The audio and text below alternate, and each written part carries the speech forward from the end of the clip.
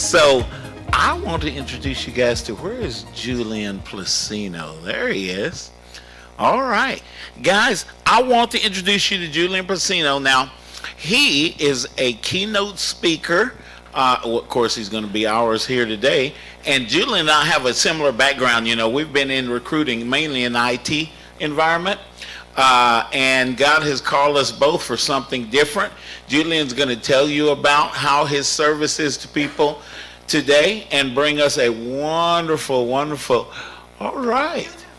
Good morning, everybody.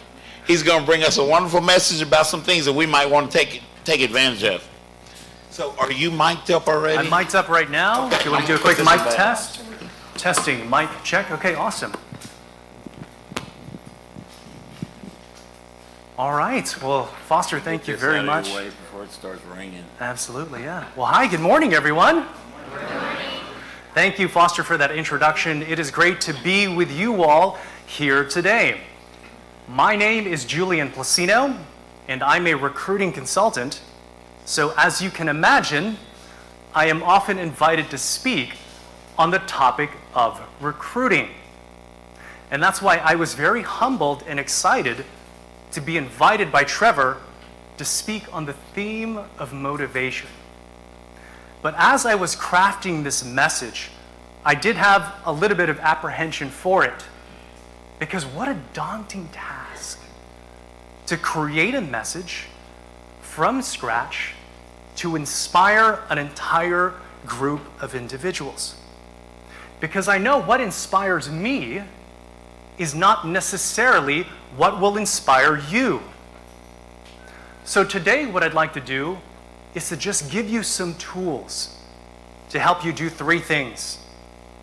Number one, identify what motivates you. Number two, a plan to accomplish whatever that is. And then lastly, a tool to help you build emotional resilience amid the inevitable adversity that you will face on your pathway to success.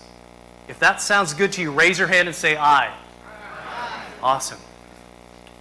So I graduated from the University of North Texas back in 2005. We got some UNT grads in the house, Foster? That's right, yeah. These are actually my parents, and my parents are right here today with my family and also my brother and my sister. A round of applause. You know, the role of an entrepreneur is very challenging if you don't have a strong support structure, and I'm very blessed to say I do have one in my family, so thank you very much for being here. So as I mentioned, I graduated from UNT with a bachelor's degree in business administration. And at this particular time in my life, I was supremely overconfident in my ability to go get a job once I got my degree. Because all throughout college, I had built a very successful career in the retail space. I worked for the technology retailer CompUSA. Who remembers CompUSA? Yeah, a blast from the past, right? So CompUSA was a technology retailer, like a Best Buy, but kind of down here, right? So not in business anymore, but nevertheless had great experiences there. I started off my career at CompUSA as a repair technician. I was the guy you'd bring your computer to fix it. I was not particularly gifted at this craft. But leadership took notice that my particular strengths more lent itself to dealing with customers, so they promoted me to management. And luckily for me, I was actually very good at managing these service centers. And the stores that I ran always operated in the top 5-10% of the company in terms of profitability and also efficiency. And that actually moved me from store to store to perform turnaround operations for locations that were lagging behind. And then the last position I had was a training position, where I would teach the best practices of running these tech departments with my particular region. So by the time that I graduated from college, I had 6 years of technology retail experience, 5 years of management, 4 years of training, technical certifications, a bachelor's degree in business administration, and perhaps the most debilitating thing that happened to me everyone telling me how great I was. So my notion of the job search was this: once I'd start applying to jobs and then submitting my resume to the marketplace, was that companies would just start rolling out offers to me. Ladies and gentlemen, that did not happen in my case. But rather what followed were some of the most humbling and challenging series of experiences I went through in my early career. I went on more than 37 interviews, experiencing rejection notice after rejection notice after rejection notice. Sometimes I'd apply to a job and then hear nothing back. Who's had that experience? Like I submitted my resume to a black hole. It doesn't feel good, does it? Sometimes I'd apply to a job, get a call back, do a phone interview, and decline notice like instantly.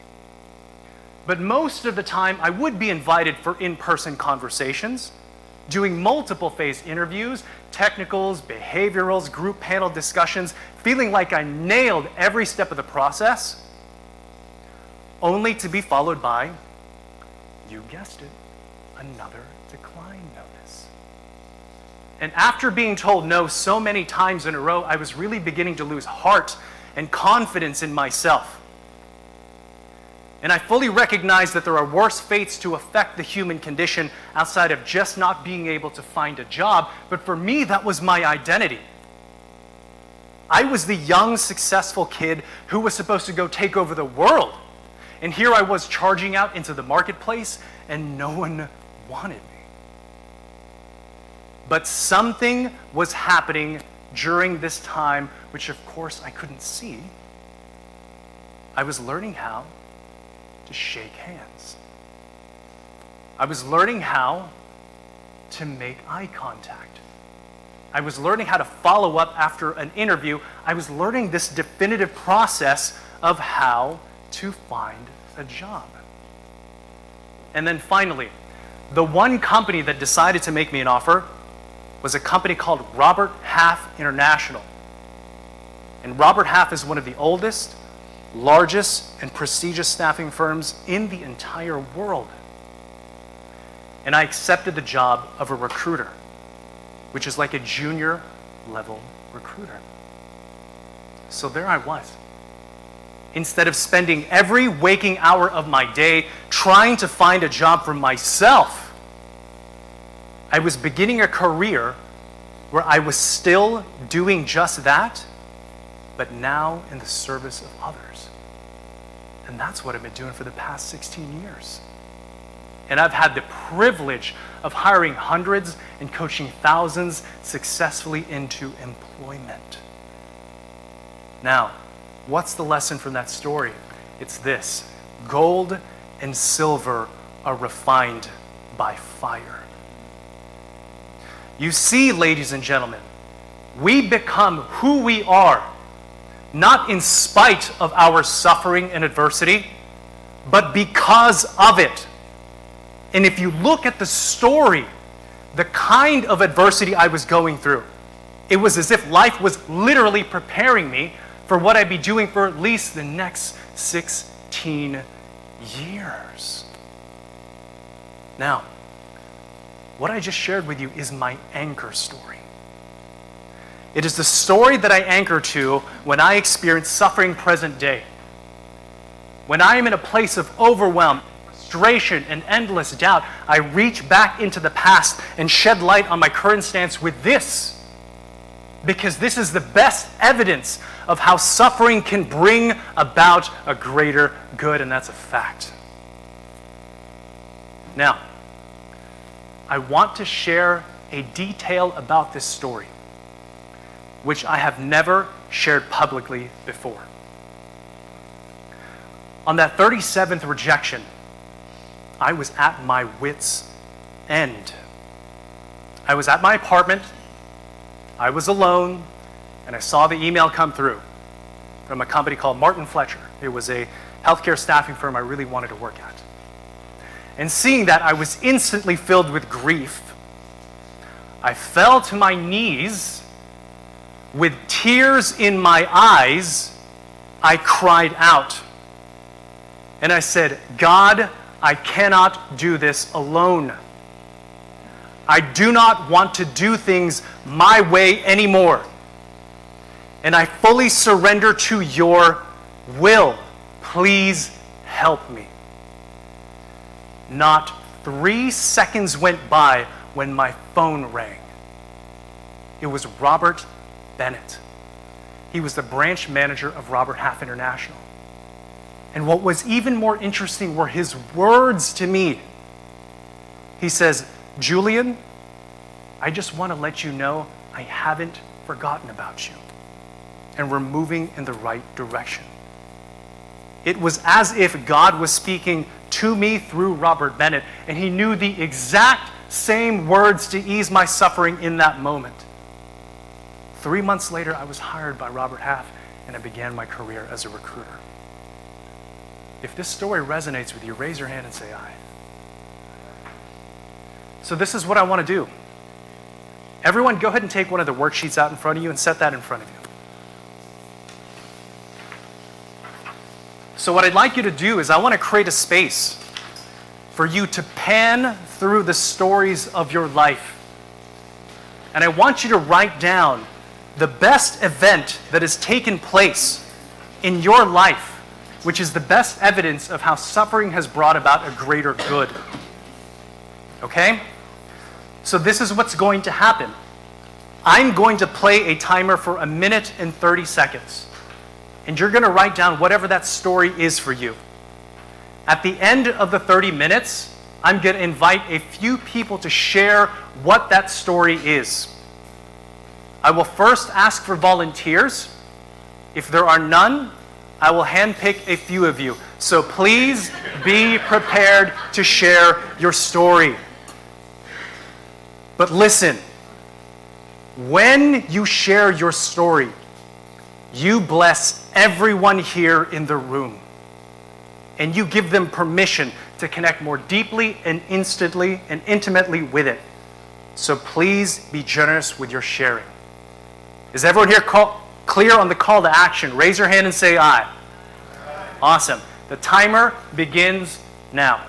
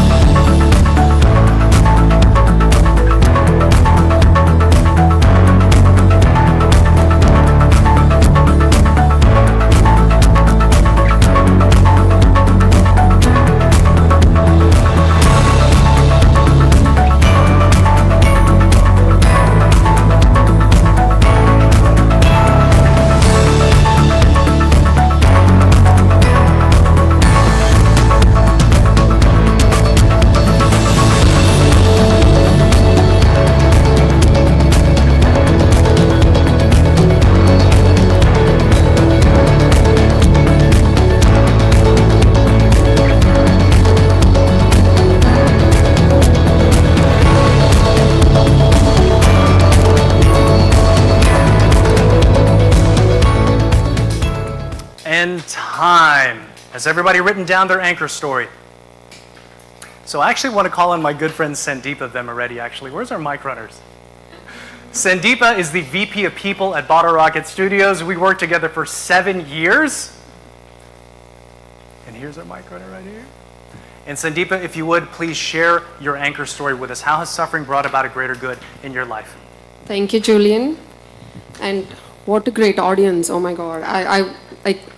It's Julian's presentation, so I'm sure this is how it's going to be. So I moved some meetings and I had to be here. That's why I'm here. So it's nice to see you all. So my anchor story is I have been a head of Q, and Julian knows this, head of quality assurance department for a company that I dearly love. I'm still with this company. But I always knew after 7 years with that company that I want to do more, I can do more. But I don't know what was hindering. Like, I don't know if it was my age. I'm sure it was not my background, because this company is awesome at treating everybody well. So I was tired of asking my managers, I want to do more. Don't see me just as head of QA. Especially I wanted to help our people, the Rocketeers, and I knew I had it in me. So I was tired and I was tired and I started, instead of talking to my managers, I started talking to others that know me well. And, so they told me that, maybe it's the education. Maybe, you need to prove that you have it in you, understanding organizations at a different level and all that. I was like, I didn't think, after I learned that, I didn't think for a single second. I went, enrolled in an executive MBA program while managing a team of 40, while balancing a minimum of 8 to 10 releases a week. It was the busiest time of my career when I had to go just do this for my own self, because I want to go get the education. I didn't want to just stay in that mode of, I don't want to leave this company because I love this company. I don't want to stay stuck in my current role. What can I do? So I went and enrolled in a full-time executive MBA program, committed myself to 2 years. My kids missed me, my husband missed me, my sleep missed me because I barely was sleeping 3 hours a day and all that. But guess what? I finished it. Before even I graduated, I was promised the role that I always wanted. And now, I'm the Vice President of People and Talent at Bottle Rocket, the company that I love, doing what I love, which is helping Rocketeers grow, keeping the culture great and all that. And, that's what. So it is in us to do what it takes to get to where we want to be. Sometimes I know we try and we may not still get to where we want to be. In my case, it worked out, so I'm very happy for that, but keep trying. If executive MBA did not work, I could have went and figured something out. Maybe speaking engagements. Maybe I could have gone to Julian and got trained myself and went and gave some public speaking engagements to make myself visible out there and share publicly what I can offer, to the people, to help them grow, to leadership and all that. Maybe that would have gotten to where I am. But it's absolutely in us to go after what we want, and that's the outcome. Give it up for Sandeepa. Thank you, Sandeepa. All right, so I'll take our first volunteer. Okay, so I'll handpick a few people who's got something here. Jason? Jason steps in. Give it up for Jason, everyone. Hello, everyone. So my story, so in 2020, I lost my job to the pandemic. And I decided to move to Dallas. I had no job. Came down here and took some temp jobs. And so mine's more of a personal thing, I guess. I met my wife here. So I got married in October and have a baby on the way. So God moves in mysterious ways. So now I did quite a bit of education, so I'm just trying to find that field right now. And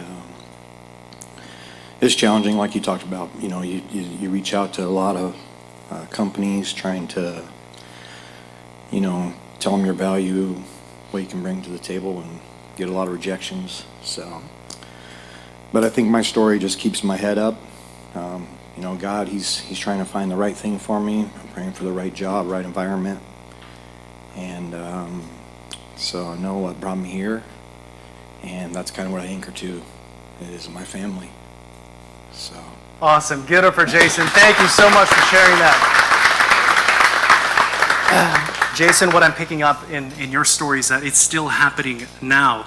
The suffering right now is that you're looking for a job actively, but you now have a family and an upcoming baby to support, so that is adding fuel to the fire of your why. You are coming to the right place with the right people to find that next opportunity, and we will do everything we can here to help support your next move. Give it up one more time for Jason. All right. So I want you to read this quote here to yourself, and I'll give you 5 seconds just to do that. Who here has seen this before? Who here knows what this means? Okay, I have a hand still staying up here. And what was your name? Your name is Rochelle. Rochelle, if you could introduce yourself and tell us, what is your interpretation of this verse? So my name is Rochelle Washington. I am a job specialist with Happy Employment. And that is saying that if you do not write down where you want to go, then you get off course and you eventually perish. You eventually perish. Give it up for Rochelle. Absolutely. So what I've seen is that lack of motivation is directly tied to lack of vision. The times in my life where I felt like I was the least motivated was when I wasn't striving for something. Who here has resembled that in the past? Okay? So how do you catch vision? I want to give you 3 ways on how you can search for the stories of your life to find a compelling vision. And it goes with 3 P's: pain, passion, and prayer. So let's start with pain. So when I started off at Robert Half, I instantly became a top producer. So if you know anything about the agency recruiting world, it really is a churn. I was promoted 3 different times in less than 2 years, and I instantly became a top producer, and my career was going this way. But then, does anyone remember the financial crisis of 2008?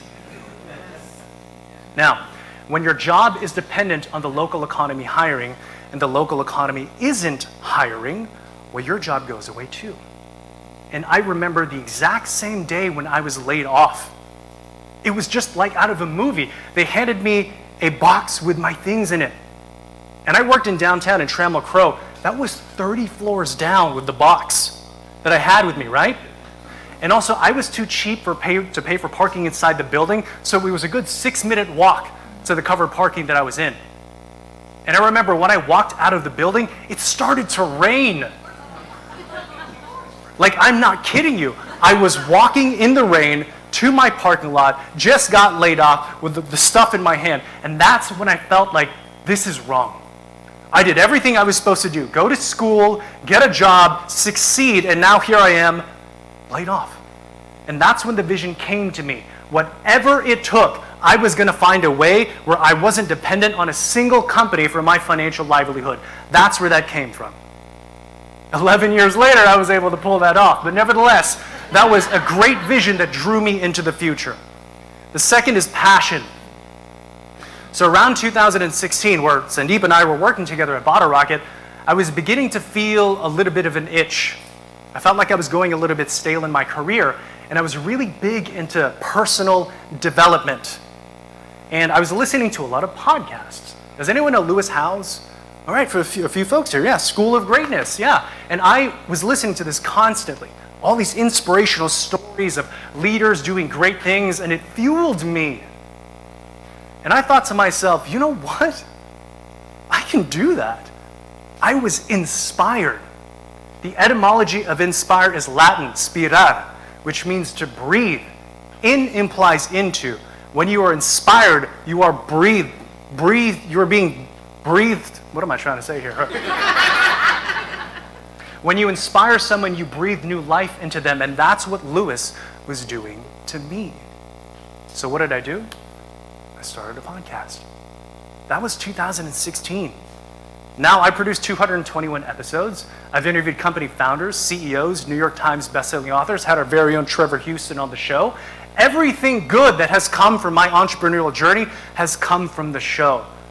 So your vision can come from passion, an ideal. So, you know, the carrot and the stick metaphor, right? So if pain was the stick, your passion is the carrot. Make sense? Lastly, it can come from prayer. Who here has heard of Bob Beaudine, the author of The Power of Who in 2 Chairs? I see Foster. Yes? Okay, awesome. Very good. So Bob wrote a book called 2 Chairs, and it is about his daily conversations with God. So what he does is every morning he puts out 2 chairs, a chair for him and an empty chair for God. And he will have conversations. And those conversations he would use to inform his life. Now, The reason why I needed to meet Bob, because I had actually been practicing this exact same thing for the previous 2 years without ever knowing that he existed. You see, some of my most deepest and best advice actually comes from this prayer time. And having implemented this for the past couple of years, a certain theme keeps coming up, which is my purpose is to know, love, and serve God, and to make him known by the example of my life. This is the example of my life, and it is impossible to talk about how I got to where I am today without his hands on my story. Pain, passion, and prayer. Now, I want you now to be a little bit selfish, to write down what is your vision. Same exercise, 1 minute and 30 seconds, whatever that is. It can be a professional goal, a relationship goal, a financial goal, whatever it is, but figure out what is it that you want. If you're clear on the call to action, raise your hand and say aye. Awesome. The timer begins now.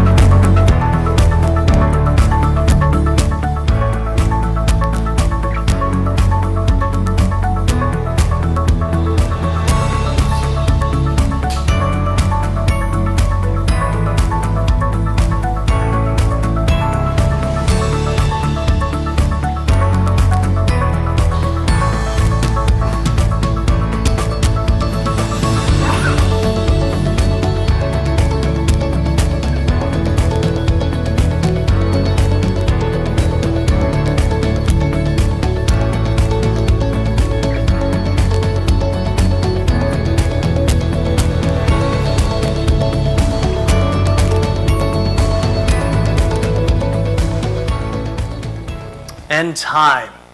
If you wrote down your vision, raise your hand if you've written down your vision. Okay, awesome. Let's go to Curtis. Give it up for Curtis, everyone. Curtis, what is the inspiring vision for the future that you have for yourself? So the inspiring vision for me is pretty much my whole life I was in all of the dumb classes. It's okay. It's okay. Keep going. You're all right. Do you want me to hold it for you? Mm-hmm.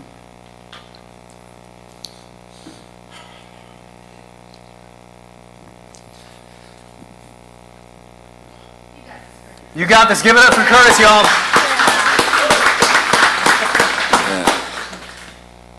And so I never really figured that I was smart in anything that I could do. And that carried on with me for a long time. And eventually, I became a truck driver, and I did that for about 5 years and got married.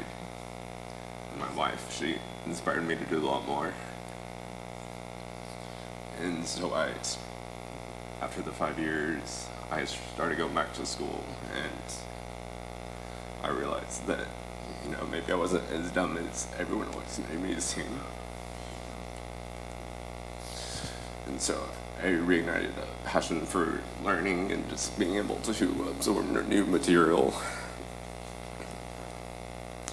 And so basically the vision that I've held for the past 9 years is just becoming someone that my wife can be proud to call her husband, and eventually my children, they can be proud to call it their father. And so every day I've been sacrificing what I am for what I'll become, whether it's through what I do as I code, and that's suffering every single day of my life because everything messes up constantly. Or even, so right now I also teach Brazilian Jiu-Jitsu. as a coach, and so I realized that I suck every single day. After I started almost 4 years ago, realized I sucked then, and the better I get, the more I realize I suck now, and so I've just been chugging away in this life of sucking until eventually I stop sucking and reach a better point in my life. Give it up for Curtis! Man! Curtis, I speak on behalf of this room, and you have inspired all of us. And also, a couple things. Give it up for Curtis! So you said you thought you were dumb your whole life, right? So my cumulative GPA in high school and college, it was a 2.7. It was because I wasn't applying myself towards things that interested me. You said you code. What kind of code do you do? So I do web development. Web develop. Talk to Sandeepa immediately afterwards. Always hiring web developers at Bottle Rocket. Okay? They had me in like the lowest percentage of my school. Yeah. Right when I got out of truck driving, I had to teach myself all of the high school math. And then I taught myself trig, and I was like writing a 4.0 all through college. From truck driver to software developer. And I can speak on behalf of all IT companies. If you've got competence when it comes to software development, you will never have to look for a job. And there is a lot of people here who can help you do that. One more time for Curtis. Thomas Edison didn't finish high school yet. Amen to that. Thank you, Curtis. That was awesome. Okay. So we're going to try to finish this piece here in the next 7 minutes, all right? All right. So this is me in 2005. I weighed 220 pounds. As you can see, I was smoking at that time. I had an alcohol problem, and I was on a fast food diet. And it got to a point where, dude, I just hated the way that I looked and the way that I felt. And I felt like I got to a place where I was sort of hitting rock bottom. So I began to search for ways of how I could improve this. I met a guy named Tony Horton. Does anyone here know what P90X is? A lot of people, right?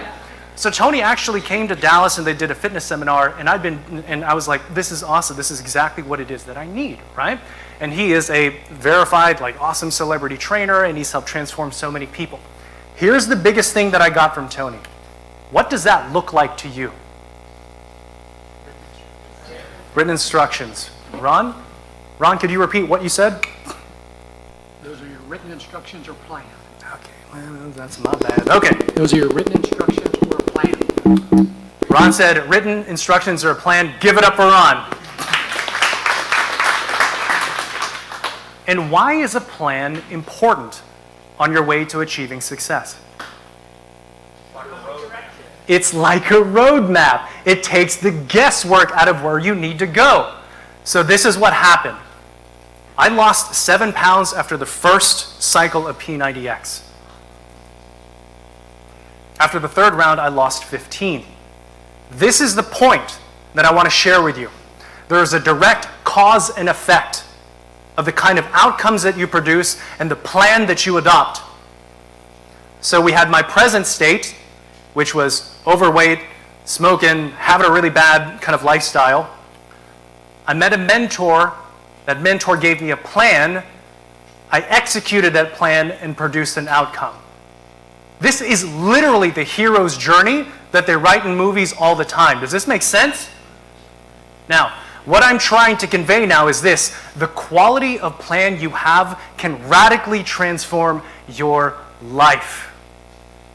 Now, what I began to see that these plans, they existed in the minds of the people around me. I didn't have to go far. So when I first wanted to start a podcast, I had never started a podcast before. So I started asking people, who do you know? All the who do you know guys are going crazy back there, right? Who do you know that started a podcast? I was introduced to Jason Croft. He was the host behind Startup Dallas, one of the oldest podcasts that came from the Dallas area. We became friends. He showed me how to do a podcast, and then I launched. When I first got into speaking, I met a guy named Baylor Barbie. He's a TEDx speaker, a professional speaker. I said, hey, I want to get into the business of speaking. How do I do that? We became friends. He showed me the first thing I needed to do was to develop an EPK, electronic press kit, a summary of my talks in a short video reel, and then submitting my talk to companies who experience that pain. To this date, I've given over 350 speaking engagements. Now, also, I do commercial acting and modeling right now, so I hired a business coach at this time, and he began to see me in ways that I didn't see myself. He said, Julian, you can do all this talent stuff for yourself, but have you considered doing it for other people? So he introduced me to some of his modeling contacts. After one meeting, I got signed by Kim Dawson, one of the most prestigious talent agencies out there, and I became a professionally represented actor and commercial model. I've been in over 30 commercials, ABM, Hilti, Indeed.com. I was in a Botox commercial once. And then, of course, most recently, when it came time for me wanting to learn how to get my show professionally produced, because I think we'll all agree here, Trevor Houston has the highest bar of content creation out there. So Trevor was just cool enough to tell me how he did it. He showed me how to get sponsors, and then introduced me to Real News PR, which is where I do the show, and now I have a professionally produced show. You see, the plans to accomplish what you want are literally in the minds of the people around you. You just have to ask. Now, this is what I want you to do. Everyone has the last piece here in the worksheet, right? We got 2 minutes to do this. Sprint to the finish. All right, so whatever it is that your vision is, I want you to answer these 3 questions. Number 1, who do I know that has already accomplished this desired outcome I want to do? The second is, who do I know that could intro me to someone who's accomplished this desired outcome? In the story with AJ, it wasn't him who got me into modeling. He introduced me to someone who could. It was a second-degree contact. And then lastly, who can I hire to teach me to achieve this particular outcome? I invested thousands upon thousands of dollars in executive coaching, training, masterminds, and they've all paid off. Okay? So the call to action is this. Whatever your vision is, ask yourself those 3 questions. Who do you know? Is everyone clear on the call to action? Awesome. Time begins now.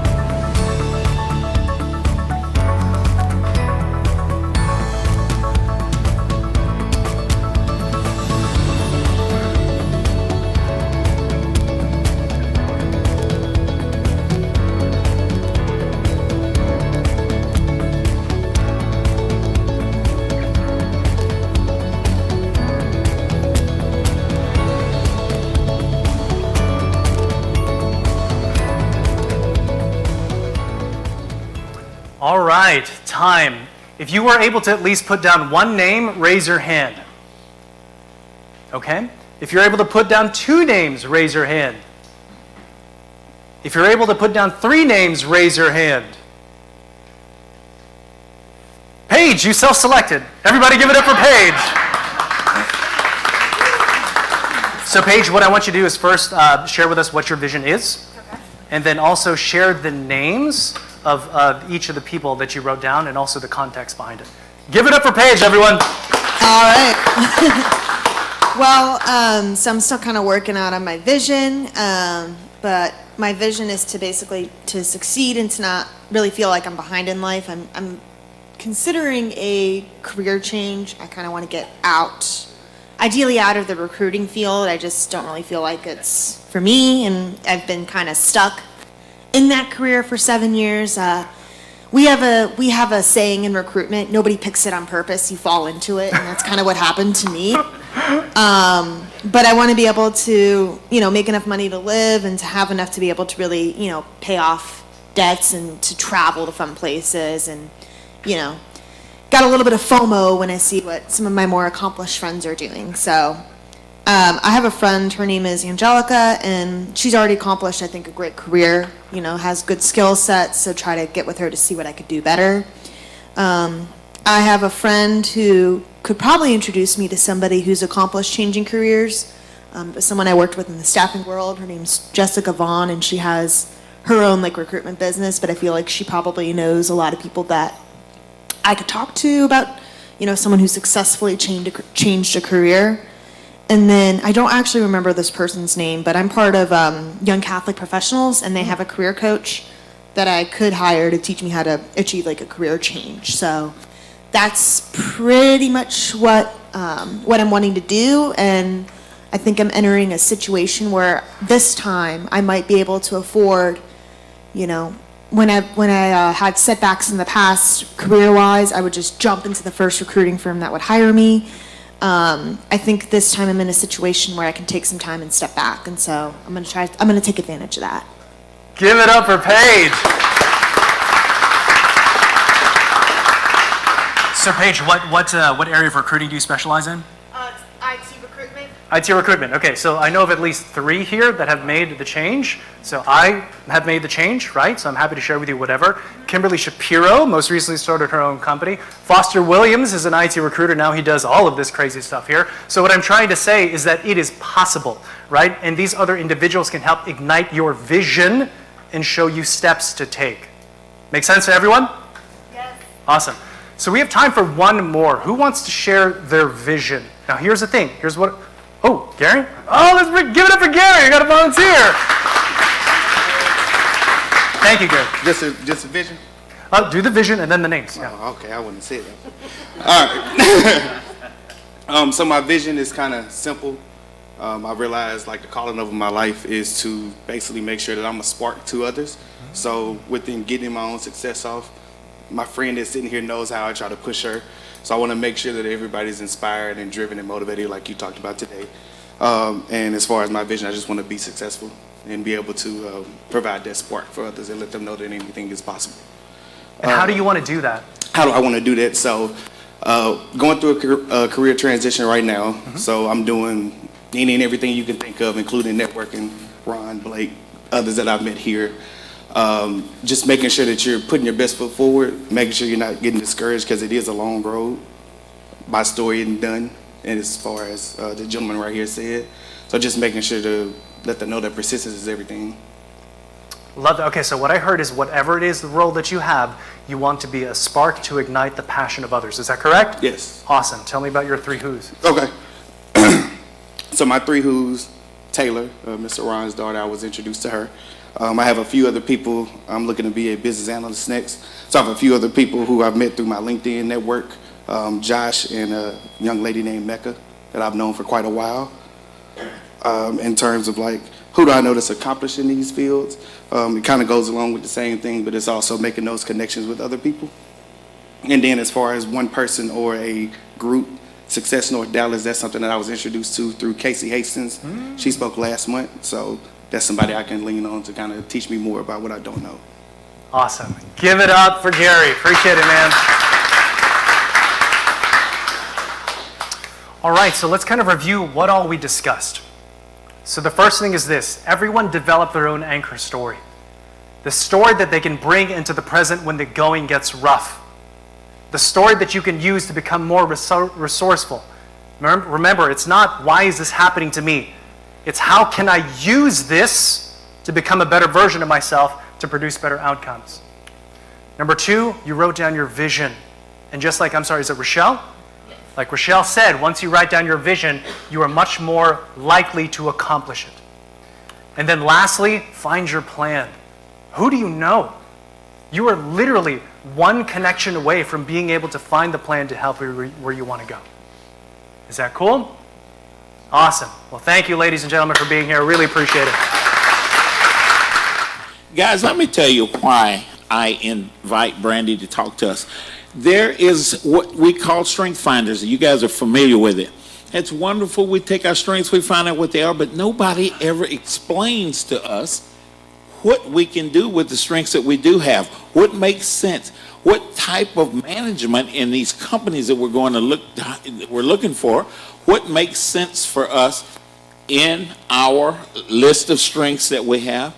And Brandy's kind of weird. She's like an actuarial kind of person. So she's I don't know what that is, Foster. She's a good friend Who of knows mine. what If an you guys actuary know what is? actuary, you'll tell them what actuary. She's an actuarial kind of engineer kind of person. But guys, thanks for putting up with me. My heart is to serve you guys. I'm not the best in the world, but you got to deal with me anyway. Okay, this is Brandy Shade, and you're already live. You're live. And, Do we have a TV? There we are. There you Yay. are. Let's make that a little bigger, right? Make that a little bigger. Okay. So I'm a little short on time today because I do have a 12 o'clock that I'm going to be gearing towards, okay? So instead of going through all of the stuff that I would normally go through with you guys, I'm going to take you through when I work with people, the process that I do with them so that you guys can then take some of these nuggets and do them for yourselves, okay? So I'm not going to stick just to the strength side of things today. How many of you have heard the Gallup-Clifton Strengths Assessment before? Okay, great. So if you haven't, go to gallup.com. They have multiple assessments. I'm actually going to Let's do it this way. Let me log out of this and go here. Okay, so right here, see that? So they have a top 5 Clifton Strengths that you can do. They have the full 34 Clifton Strengths assessment you can do. Or if you've done the top 5 but you haven't gotten all 34, you can go do an upgrade to get all 34. So some of you are like, okay, you're with me, and then others of you are like, what are you talking about? So I built a tool, this is called Strengthology, on top of the Gallup-Clifton Strengths concept to help people as I coach them. So I'm an executive coach, a leadership coach, a performance coach. I teach fitness classes, martial arts fitness classes too, so whatever coaching you need, I can basically help you. You guys want to do push-ups? I was thinking we could do that on the, no? Okay. He's like, let's go. That's what I'm talking about. My class is hard, so you can come, but I'll warn you, it's very difficult. So once you take the Clifton Strengths, you can come in here, and I wanted to tell you a short story about a woman who was actually in your shoes. Does anybody know Laura? Did anybody, you guys ever meet her when she was here? Laura was a teacher, and she came to me and said, I want to transition out of teaching, and I want to become an organizational management professional. Does anybody know how hard that is? To go from teaching to organizational management. It's impossible. You can't. You have to get a degree in it, you have to be certified in it, you have to have friends that are in HR, you have to know people. I mean, she was a teacher and she wanted to transition into this. So she came to me, so the very first thing we did is have her take the Gallup-Clifton Strengths Assessment. We went through her whole profile. What's the first thing that you guys see? Can you read that at all? She's strategic. So the first thing in my mind, I'm going, well, that might work, right? We might be able to get you to become an organizational development professional. You have to be strategic to be in that role and be successful in that role. Strategic people go, what if this, what if that, what if this, what if that? Well, if this and this and this and this and this and that. And she has that thinking naturally. She does that right at the top. Number 2, what is it? What's the second one? Can you read? Oh, you can't read it. You just got to say something. We'll make it bigger. Yeah, it's influence, but what is it? What's the second one? Anybody know what woo is? Foster does. Foster, that's the definition of woo. So it just means winning others over. Has an ability, this charisma to just work a room, go socially, and win people over. And it's really good in a sales position as well. She has communication as number 3, which means that she innately, inside of her, speaks very clearly. She tells you the who, what, where, when, why, how. She speaks right up front, and she has a desire to communicate. So she's going to be a good communicator if she works on that skill, because it's innately in her. She also had ideation, which is thinking outside the box. That's kind of more of a marketing type strength. And then she has this learner, which is a natural consultant type role, okay? So the first thing I told her is I affirmed her. I said, I think you can do this. I said, you got to be up for the challenge. This is going to be a tough transition, but if it's really what you want to do, I think we can do it, okay? So she started that journey. School gets out in May. She started the journey in the summer. She was very strategic. She went and joined an organizational development group and got on the committee. What does that do for her? Exposure, exposure, exposure. And it's the type of exposure where you're working with other professionals and they get to see how you work and what you do. And guess who recommended her for her next position? Those people that she was. So she did not just do the typical networking. She did networking. She loved to network. She's a woo, okay? So she's all out and about. But she was very strategic about her networking. She got on the committee and she got recommended for a position, and she is now an organizational development consultant, and she did that in 4 months. Okay, so I think that there's a lot of weight to understanding who you are, what you're about, what you have to offer, what you want to do, getting involved in the things that are going to connect you strategically to the right people. Someone's phone up here buzzing at me. Get it out. Get it away from me. It's a distraction. Just answer it and say yes. Hello? Foster's phone. Okay. So anyway, and you can also see with the learner that she was probably a very good teacher as well, but you can also see that she's probably a little more than a teacher, right? I mean, she really got some really strong skills. She also doesn't have any relationship building blue up there, if you guys are familiar with this model. She has green and yellow, which is the strategic thinking and the influencing. Some of you would have all blue, which is the relationship building. Some of you, like me, would have all purple, which is the high execution, just always wanting to do something or get something done. So this is a piece of what I do, is to help sit down, and I will literally sit down with all of you. All you have to do is connect with me on LinkedIn. Here, let me pull it up so you can find me. LinkedIn. You just reach out to me, bring your strengths with you, and we will talk about who you are, what you want to do. You want to zoom in again? All right. Zoom. How's that? Did we get you? All right, there you go. Yeah, so and then I can work with you and at least get you pointed in the right direction or get you connected with some people, okay? All right, so once you understand your strengths really well, and there's some really cool things in this tool that we have built, like for example, if we click on her unique brand, it reads, she naturally innovates, influences, and directs. She specializes in socializing at large events, gatherings, parties, and conferences to strategically influence people to follow her strategic direction. Her strategies always consider broadening her outreach and how to effectively persuade others. She easily maps out the what-if scenarios, determine the quickest mode of efficient path to gaining others' confidence, and how to exponentially expand her large social network. So how did we go about doing the whole job function thing for her? We said, you need to go be social. I do not give that recommendation to the introverts. That's not what we do. I don't do it this way. Of course, you have to network, but I don't say go to the large social events and go network and go be part of the conferences because it's exhausting to them.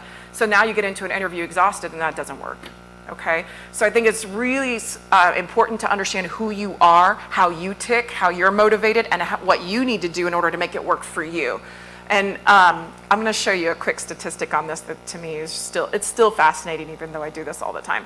Okay, does anybody know how many total strengths there are? Yeah. 34. It is, but she just said yes. 34. Now, if we take the top 5, if we just take 5 and we put them in order, and then we do that again, and we do it again, out of the 34, there's 33 million combinations, which means every single person in the room is 1 in 33 million people. How many people on the planet? Okay, let's take 7 billion, right? 7 billion, she's got analytical in her top 5, I can feel it. I've been feeling it all day. 7 billion people on the planet, divide by 33 million, it's approximately 215. 215 people like you on the planet, just in your top 5 strengths. We're not talking about where you grew up, your religious background, your gender, just strengths, okay? How old are those people, those 215 people? They could range anywhere from 0 to 100. So that means there's 2 people now at your age in the world with your top 5 strengths in order. Are you unique?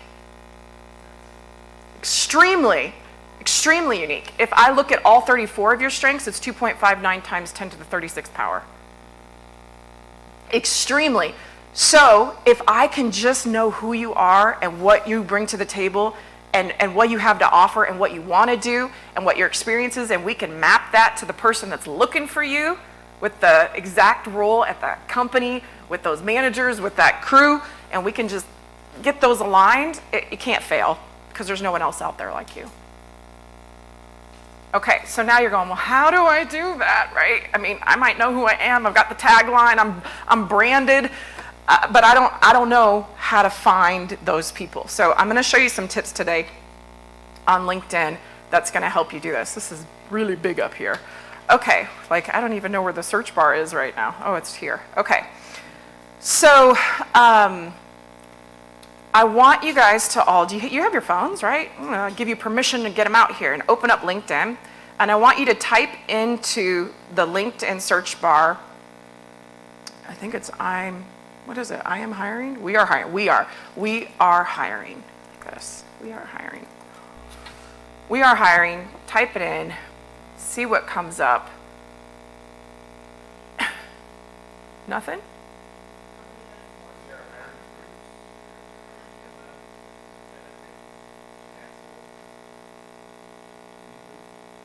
Okay, click on people, the people filter.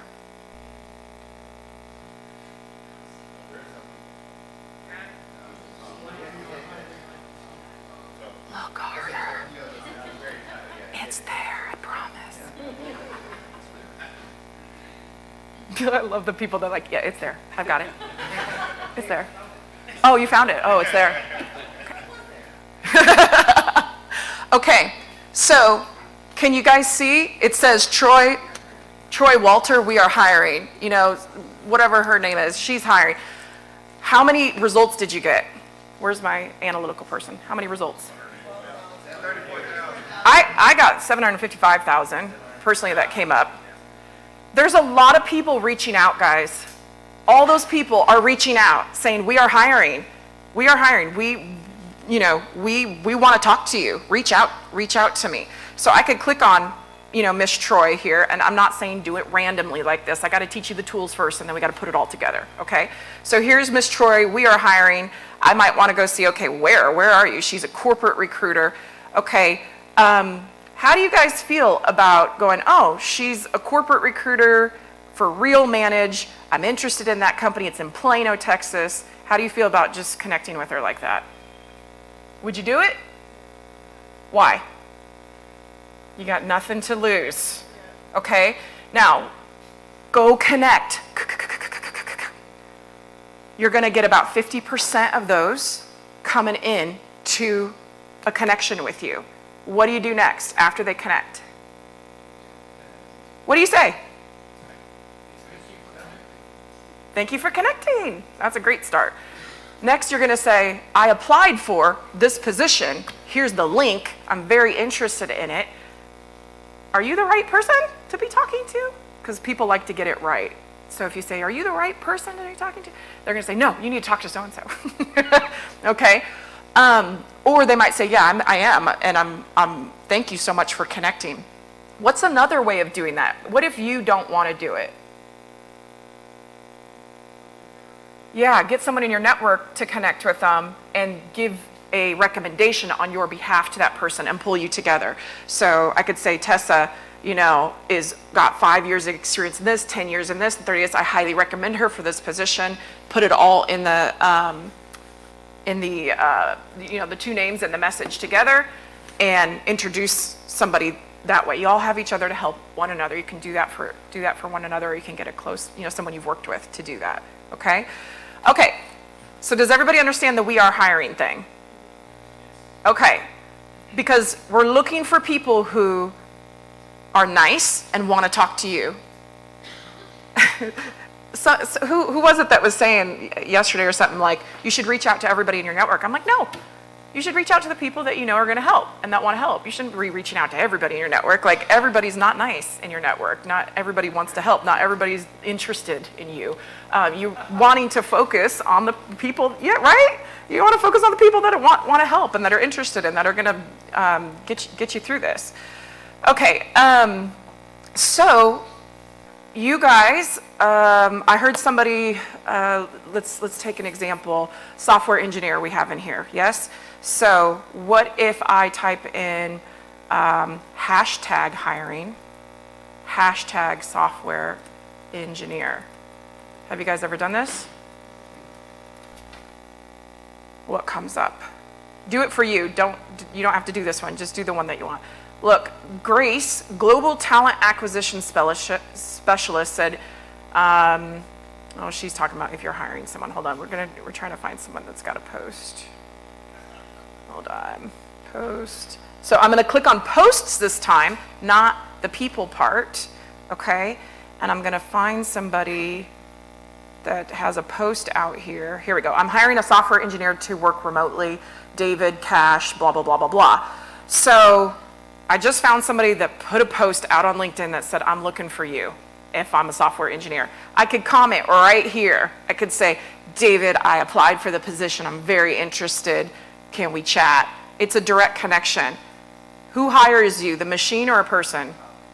The person. So you have to talk to people. So even if you're introverted, you can do it this way versus going out and doing the networking thing. I can also click on David, right? And what can I do?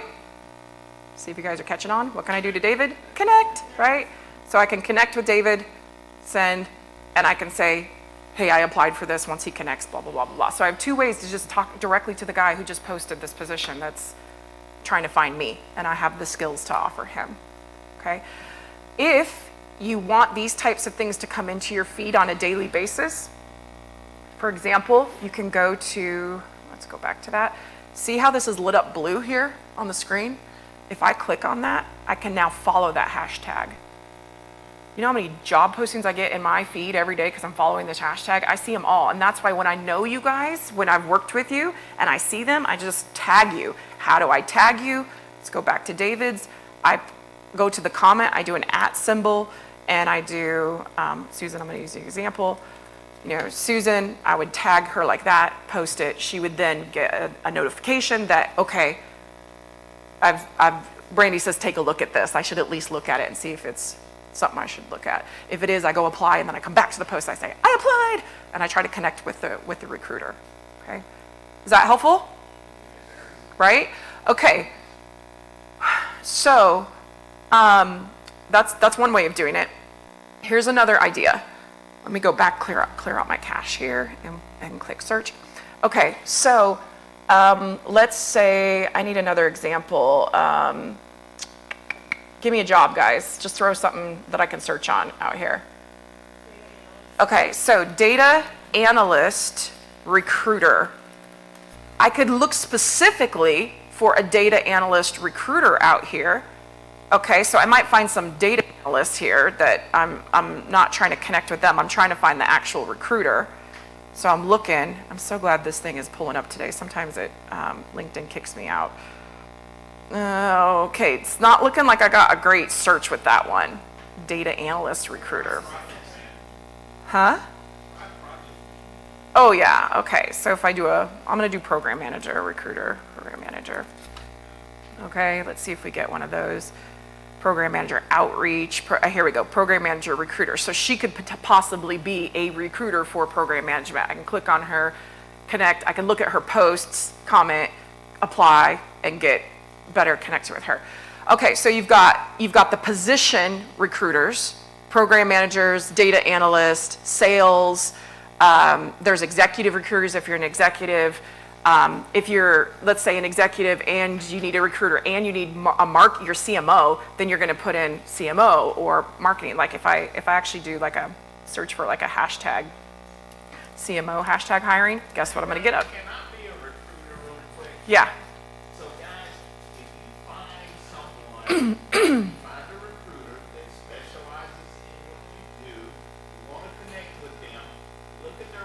see if they posted something interesting, see if they did a TED talk or whatever it is. Before you connect with them, ask them, hey, I saw your TED talk, and it's absolutely wonderful, and I want to connect with you because I heard you say whatever it was. Something that won't be such a cold thing, I guess. Does that make any sense? We want to have it warm when we can, and then when they connect with them, we got something to talk to them about. Just saying. Yep. Okay, so we've got the position that you can find the recruiter on. What other types of recruiters are out there? Industry? Say that again. Industry recruiter, so that's position again. Industry, oil and gas recruiter. CPG, consumer product recruiter.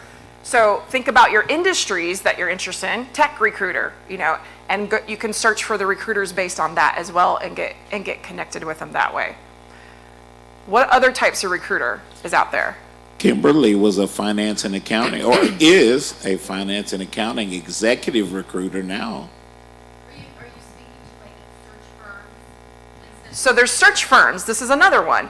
How do you find recruiting search firms? You guys know how to do that? Go to Google, type in best recruiting firms in 2022. It's going to give you an enormous list of recruiting agencies that you can look up on LinkedIn. And guess what? All the people that work there are recruiters. So let's try one. Let's go to the Judge Group. Judge Group. It's a staffing and recruiting firm. You can go out here, look at their homepage. Okay. All the jobs they have out here are jobs they are sourcing. And all the people that work here are recruiters. So I can go to the people section of this and look at all these recruiters. Recruiters. I can just start connecting with the ones that are relevant to me for what I'm trying to do. I can also go to their postings, because it's smart to do both, right? Look at the posting, look at the recruiters, pair it all together with your experience, and then connect it all. So I could go out, so I'm sorry, not to the post. I want to go, I'm sorry, this big screen is really messing with me here. So let's go to the jobs. Come on. Maybe. Okay, there we go. So here's a, let's do see all. Okay, Vice President of Operations, for example, tells you the salary, tells you it's on-site in North Dakota. That might not work for y'all. And the thing I like about this group is sometimes they even have the recruiter on here. So sometimes they'll have the recruiting email address down here, and sometimes they even tell you right here who's the recruiter on that particular one. So you can just connect immediately with them. There's another type of recruiter. So you've got your industry recruiter, you've got your job title recruiter, basically. You've got the recruiting firms. What's the other one? Actually, there's two more, right? Because there's the independent ones as well. There's one at the company recruiter. So pick, what's a target company? Yeah, internal. Okay, Citibank. So we go to Citibank. Let's go back to Citibank. Okay. Where do I go after I'm going to the homepage? Where do I go after the homepage, guys? Okay. And what do I search for? Talent acquisition, human resources, recruiter, to get connected with internal recruiters in my target companies. Make sense? Yes. I think I've showed you all the tips. So you have all the recruiters that you can go connect with. You can also connect, with hire managers. You can send messages on behalf of yourself, or you can have someone else bring you in and send messages and recommend you out there. And you've got the hashtags now, the hashtag hiring, the hashtag whatever else you want to hashtag and connect to find people with. Is that helpful? Yes. Okay. That's really all I'm going to share today. I just wanted to share a little bit of the strengths bit that I will work with you on, and I will also help you with these pieces if you need help with this as well. Okay. Thank you so much. Yes.